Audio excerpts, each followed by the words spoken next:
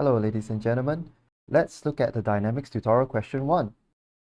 Now this question is testing you on the action and reaction forces. If you remember the lecture on forces, I taught you that there are 4 parts of a full name of a force. Number 1, the type of force. Number 2, by object. Number 3, on another object. And number 4, the direction. Now, in order to get the reaction force, you keep the same type of force, but you swap object A and object B and also the direction. So let's take a look. Now, a boy says that the contact force, the normal force by the table, and the weight of the book are action and reaction pairs. This is incorrect because, first of all, the type of force is different. And number 2, the force is acting on the same body, the book. So if you want to write the correct action and reaction pairs, it should be the book exerts a normal contact force of 40 newtons on the table downwards. And then you swap the book and table and upward. It becomes the table exerts a normal contact force of 40 newtons on the book upwards. Okay? So this is question 1. Let's go to question 2. The photograph shows a toy car driven from a deflating balloon. Now, let me explain to you the concept of rocket propulsion. Now, I want you to imagine that a person is throwing a ball, a very heavy ball, okay, to this direction. So when a person throws the heavy ball to the right, then the person will be pushed to the left. Because of Newton's third law, as you push the ball to the right, the ball pushes you to the left. Now, rocket propulsion, or rather in this case, a balloon propulsion of a car, is the same. The car is pushing a ball made of air out to the left. And the ball made of air is then pushing the car to the right. So the rocket will exert a force on the propellant to expel it, and the propellant exerts an equal magnitude force on the rocket in the opposite direction. So let's answer this question. Okay, air is released from the balloon. The car exerts a leftward force on the air. By Newton's third law, the air will exert a rightward force of equal magnitude on the car. And this is question 2. Now we're going to skip over to question 6. And because this is related to rocket propulsion, so I want to do it now. A space rocket stands vertically on its launch pad, and prior to ignition, the mass of the rocket and the fuel is 1.9 thousand kilograms. On ignition, the gas is ejected from the rocket at a speed of 2,500 meters per second relative to the rocket, and fuel is consumed at 7 kilograms per second. Now, how do we calculate the thrust on the rocket? Now remember, the concept for rocket propulsion is that the rocket exerts a force on the propellant, which means the fuel, to expel it. And so the propellant, or the fuel, exerts a force on the rocket in the opposite direction. Let's take a look at this model of a rocket over here. Now this is a space rocket with the engine over here, and this is the fuel. Now, what happens is that initially the fuel is stationary. So the fuel has a velocity of 0.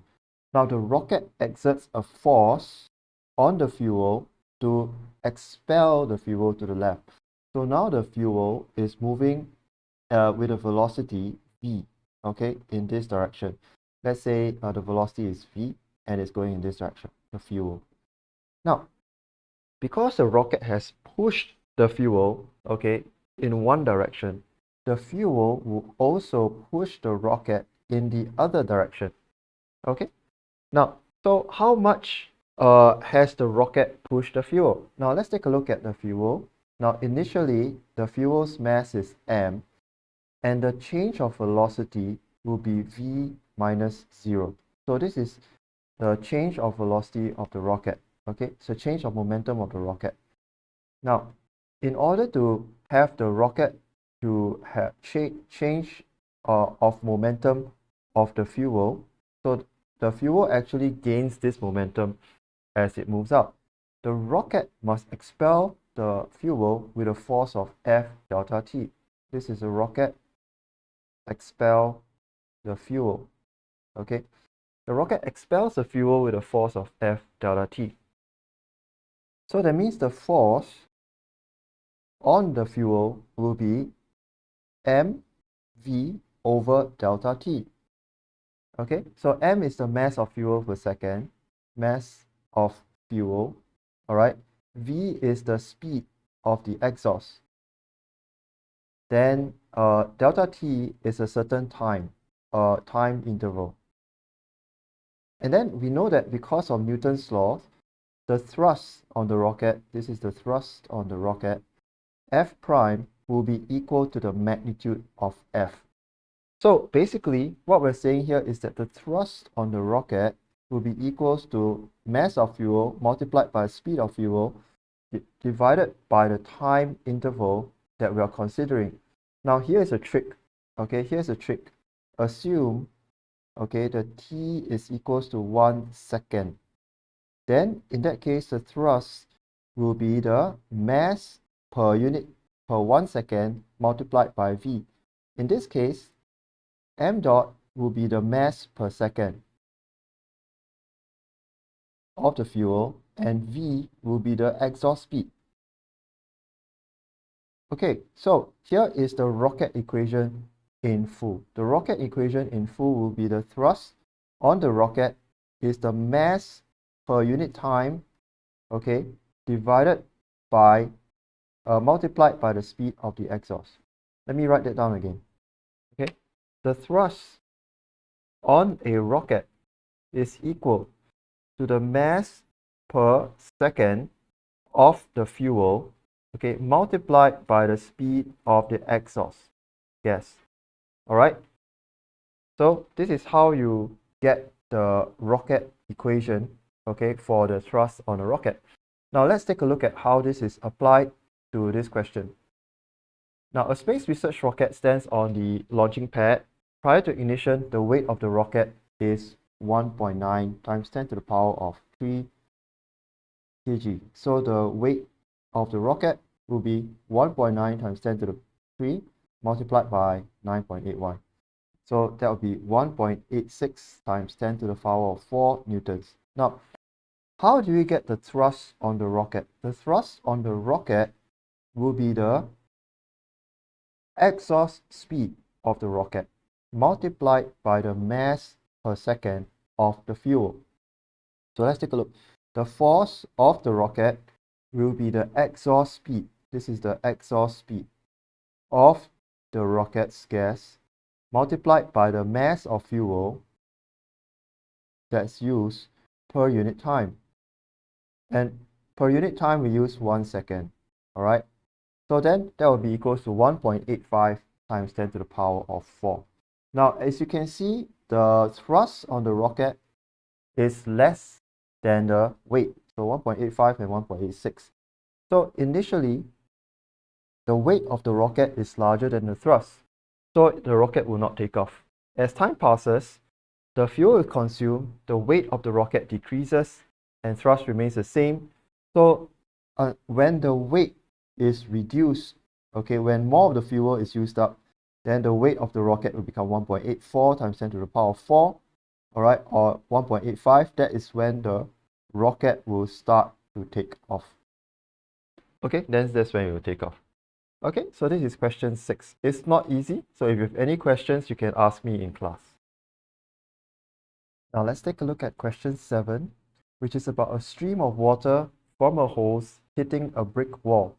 So this stream of water travels in this direction and then smacks against the wall and splashes and then goes straight down where it forms a pool of water at the bottom. Now this question is also a rocket propulsion equation question. It's just that it's reversed. Now the water is hitting the wall instead of the wall pushing the water out. So what is the force exerted on the wall by the water? Now once again, we can consider, right, what happens to a block of water that constantly hits the wall. Now, you know the water is coming out of the hose constantly. How are we going to manage to analyze the water? Well, I'll tell you a secret. you cut the water into chunks of 1 second each. So this is a 1 second mass of water. Okay, so the 1 second mass of water mass will be m. Okay, let's assume that the cross-sectional area of this water bullet is A, and then the length of that water of 1 second of water is L. So how do we find the mass of the water? The mass of the water will be the volume of the water multiplied by the density. And because of that, the volume will be A multiplied by L, and the density is rho. Okay, and what is the area? The area is the area is pi r squared. Okay, so it's pi r squared L rho. So now the mass of the water that's hitting the wall will be pi r squared L rho. Now when the mass of water hits the wall, the velocity is v, but then when it splashes, the velocity equals to 0. So what happens is that there is a momentum change of the water. So m delta v is equals to f delta t. All right, now pi r squared L rho is the mass multiplied by the change of the momentum of the water, that is, from v to 0, so it's v.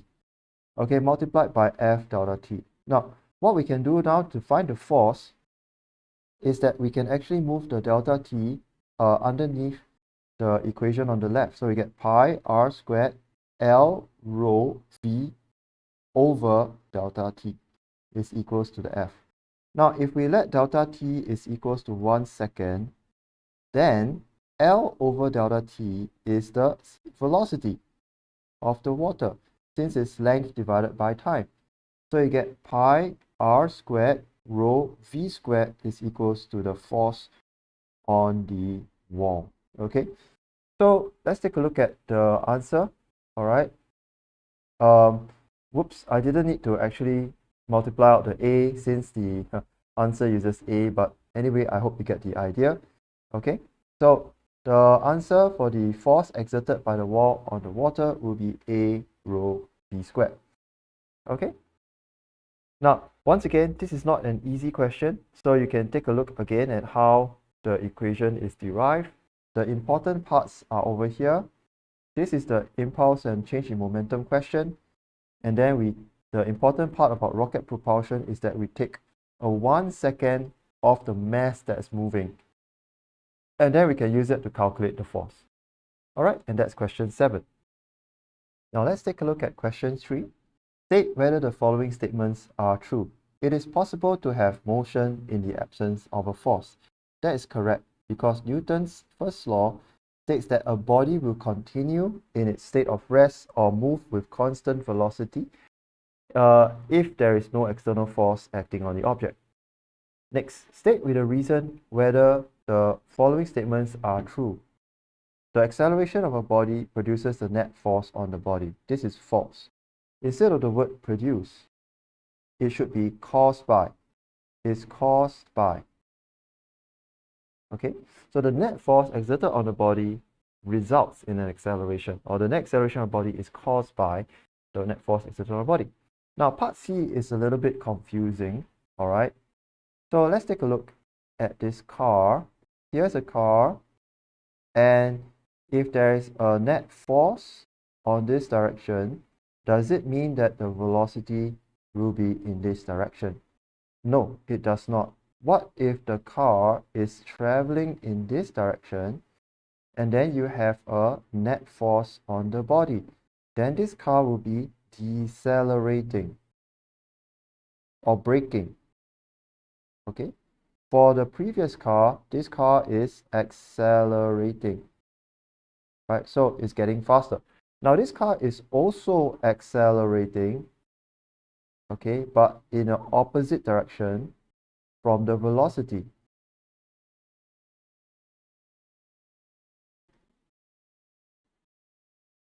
So what does it mean about the direction of F net and the velocity?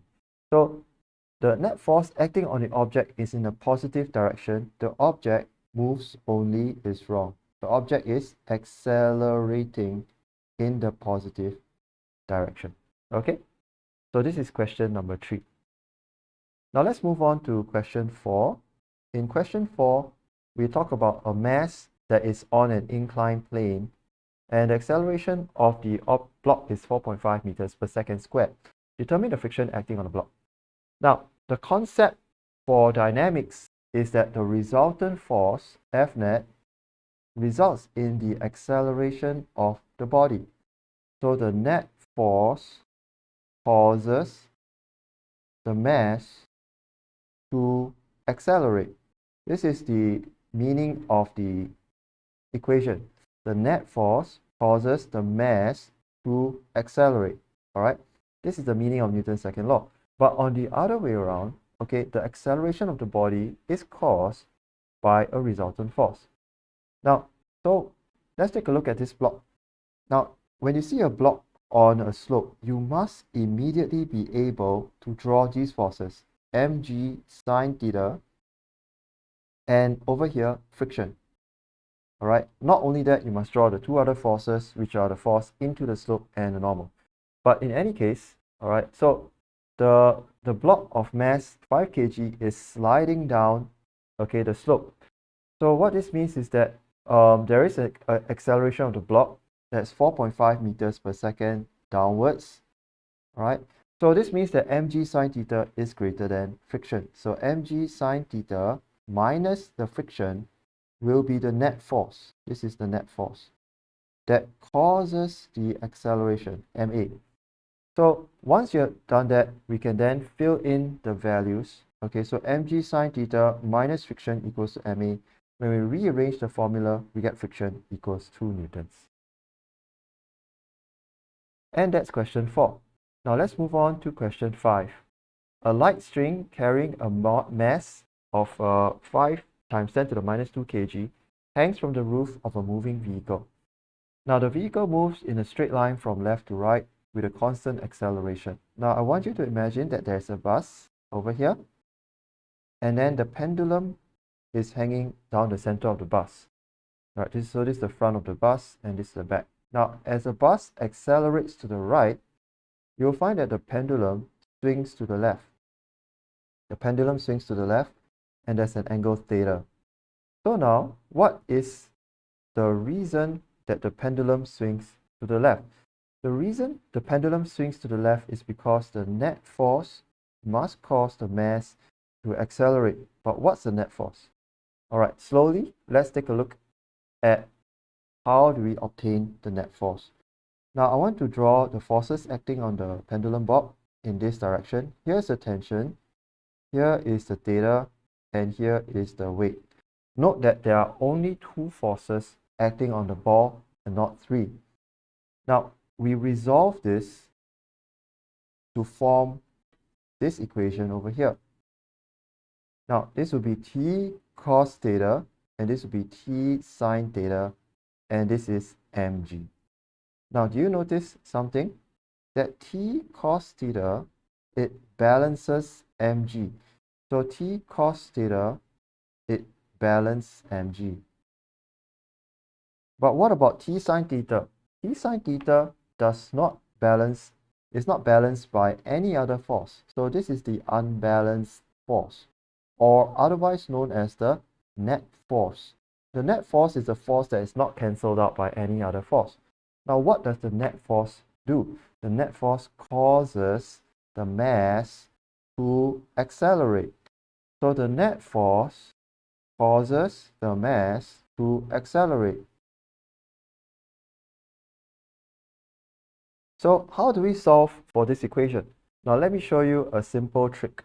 A simple trick to solve this kind of equations. Let's say this is equation number 1, this equation number 2.